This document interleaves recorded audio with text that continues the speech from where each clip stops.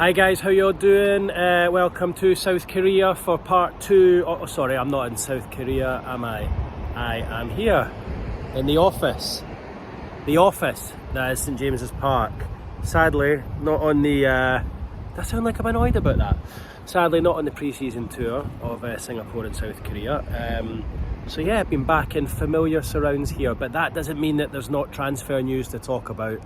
As you will have seen today hopefully on my social platforms and on Sky Sports News, the Newcastle are very active right now with just 4 or 5 weeks to go of the transfer window. Lots of information coming up in the video. If you're new to the channel, please do subscribe. I do appreciate it. Hit the button below. Give me a like if you like this kind of video and this is the sort of thing you're looking for, and leave your comments below as ever. I've got loads of comments to catch up on the last couple of videos. I will get round to doing it, but as I'm sure you're all aware, it's been pretty hectic this last couple of weeks with transfers, non-transfers, speculation, rumours, gossip, bids, players being unsettled, players' heads being turned, all sorts.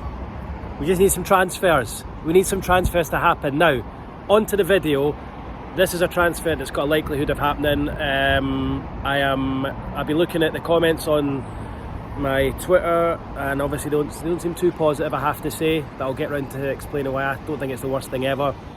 The transfer is a story we broke exclusively on Sky Sports News this morning, maybe this lunchtime, I don't know.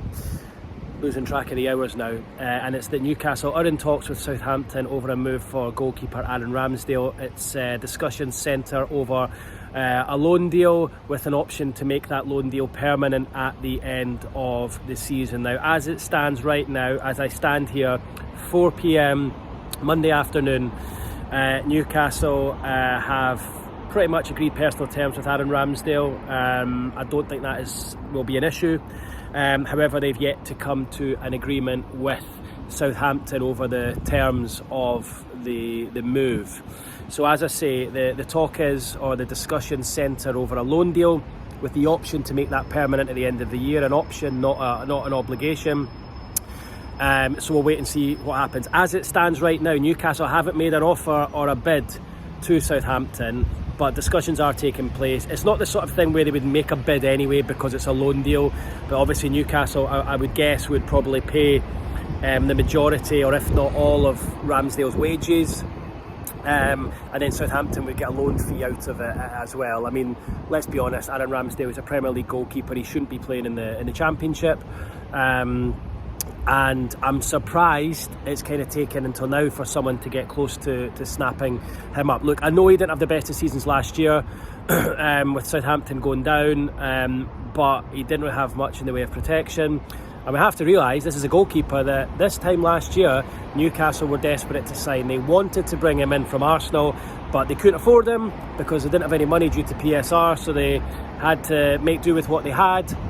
And they've only turned to him now because obviously that move for James Trafford fell through, because Trafford is currently in Manchester undergoing a medical with Manchester City ahead of that, ahead of his £27 million move there. Of course, that was a matching offer that Manchester City made. Newcastle thought they had their man, but Man City came in at the 11th hour, matched Newcastle's offer, something they had written in the contract from 2 years previously when he was a Man City player, sold to Burnley, and it meant that he was obliged to sign for Manchester City. So, look, bad luck that for Newcastle, some would say.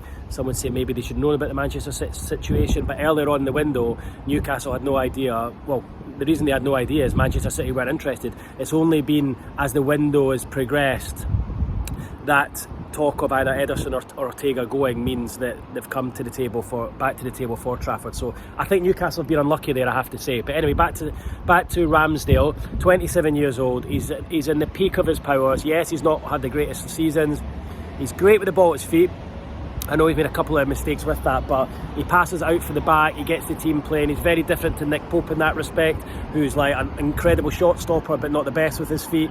Ramsdale is really, really good with his feet, and that was one of the reasons that Eddie Howe wanted to sign him last summer. Remember, this is a player that Eddie Howe signed for Bournemouth when he was 18 years old, 9 years ago. Scouted heavily back then by Andy Howe, who of course is doing a lot of the dealings at Newcastle United right now, and essentially unearthed by Andy Howe back then. He found him, I think, correct me if I'm wrong, it's a non-league football, or he was playing at a much lesser level, and he saw him, paid, I think it was under £1 million for him at the time, and turned him into a goalkeeper that they sold for 18 or 20 million pounds a few years later to Sheffield United. So a real success story for the House, Aaron Ramsdale. He's gone on, he's got a number of caps for England now. He's probably their third choice goalkeeper. And look, if you think back to a year ago, he was one of the players that a lot of teams wanted. And you as Newcastle fans, be honest, this time last year, if you'd gone for Aaron Ramsdale and signed him, you'd have been delighted with that as a signing. So I think you need to trust Eddie Howe that he would bring him in, get him back to where he was. I honestly think it'd be a good bit of business, because if it's a loan deal with an option, that means the 27 or 30 million pounds you're going to pay for Trafford, you've still got that in the kitty to spend, whether it's on a central defender, whether it's supplementing a forward, whether it means Isak stays, and then you can then put that money towards something else. Let's wait and see. But I think these loans with options are a really good idea, because it gets you through a season. A lot can change next summer, and it gives Newcastle 2 England international goalkeepers, albeit not the number 1, but probably the number 2 and 3, or the number 3 and 4 for a whole season. For me, there's not too much between Pope and Ramsdale. Very different goalkeepers, as I've mentioned already. Though from what I'm hearing is Pope will start the season as number 1, Ramsdale as number 2, and it'll be up to him to prove that he should be number 1 moving forward. I would suggest this will spell the end for Martin Dubravka in his Newcastle United career. Of course, he came so close to leaving in January to go to Saudi, but he wanted to stay, be part of Newcastle potentially winning a trophy, which of course they did. Was part of these amazing scenes on Tyneside in Newcastle City Centre when Newcastle won the trophy. And I think he's set to move on. He wants to play football. He wants to be a number 1 goalkeeper. There's interest in him from Burnley, and I think he could have probably gone there a week or so ago with the Trafford deal, but of course that fell through, and he remains a Newcastle goalkeeper. But I do expect Dubravka to go, and essentially Ramsdale's his replacement, and it will be up to Ramsdale to try and displace Pope as the number 1. So look, I honestly don't think it's bad business. I think because it's a loan deal with an option, Newcastle have got the control there. They're not obligated to take him if he doesn't feature much. The power is in their hands. It means he's playing Premier League football under a manager that he knows well, and Champions League football as well. So it feels like it's good for all parties, that deal. I know you guys aren't too excited by that, but even if Trafford had come in, I don't think Trafford was coming in to be number 1 straight away. I think it was going to take a while to displace Pope. I think Pope would have started the season as number 1, and I think it would have taken a number of mistakes from Pope or an injury for Trafford to come in and get his chance. And I think it'll be same for Ramsdale as well. I don't think Pope's done anything wrong, apart from in that friendly against Celtic the other week there. I'm sure he won't let me remind him of that, but look, that was a friendly match. Pope has been incredible for Newcastle United, and for me, he deserves to be the number 1 going into the new season. I still think you've got a really good goalkeeper there. Yes, he's had his injury problems, but in Ramsdale, 27, he's in the peak of his career. I think he's going to have a point to prove after a really difficult season at Southampton, and I think Pope and Ramsdale as your 2 goalkeepers is a good situation moving forward. Now, what I'm going to do is I'm going to do another video a little bit later, maybe tonight or tomorrow morning, about the striking situation, because I would imagine Alexander Isak's going to be brought up a lot over the next week or so. I'm going to be here stood talking about him. Just very, very quickly, as I understand it, and I'm sure you guys have read it elsewhere anyway, Luis Diaz going to Bayern Munich. He's there having a medical as we speak right now. That, for me, as I understand it, means that Liverpool will come in for Newcastle's Isak. It'll just be interesting to see how big they come in, what they offer, if they can get a deal done. But look, they're making noises that they want to sign him. We know they made that approach a couple of weeks ago. That's unsettled Isak, essentially turned his head. They now need to put their money really where their mouth is, and they can't come in with a low ball offer to Newcastle. If they want Isak and they want to make him feel wanted, and they want Newcastle to take it seriously, they need to come in with a big money offer, and then Newcastle can then turn that round and reinvest it in the squad and buy 3-4 players with it.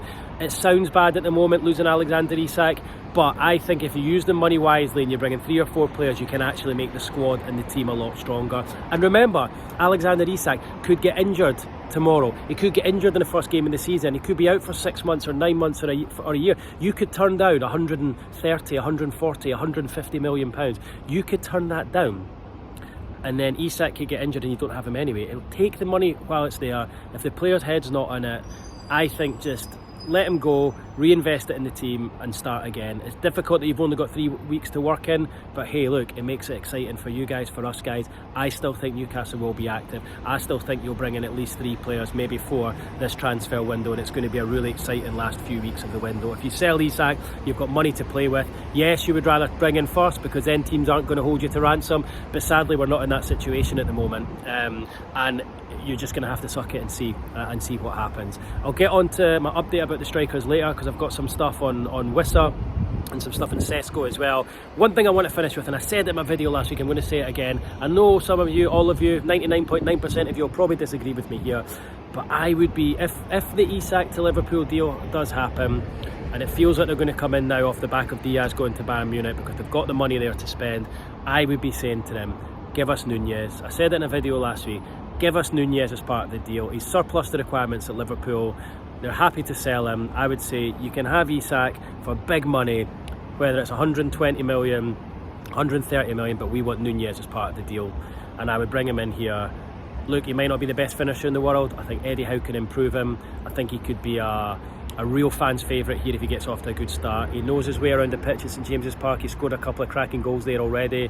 I just think get him in the door, then you've got a striker, and then at least you're bringing in 1 or 2 more from a position of strength, whether it is Wissa or whether it's Sesko or whoever it may be, Ollie Watkins, whoever. I just think get Nunez in.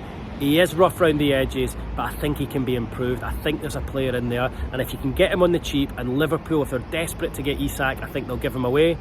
I would just take him as part of the deal as a make-weight. I really would. And I know a lot of you don't fancy him. I don't think he's a great striker myself, but I think he's got the potential to be a good striker, and he'd be a great second choice striker should you get Sesko in. I think Sesko and Nunez would be 2 good strikers, really would. So anyway, lots more to come on my striker video, but I thought I'd just give you guys the update on that exclusive story we brought to you on Sky Sports News earlier, that Newcastle are in talks with Southampton over a deal for Aaron Ramsdale. It's not done, it's not close, they are in talks. I think there's a decent chance of it getting done. Okay guys, leave your comments below. See you in the next one.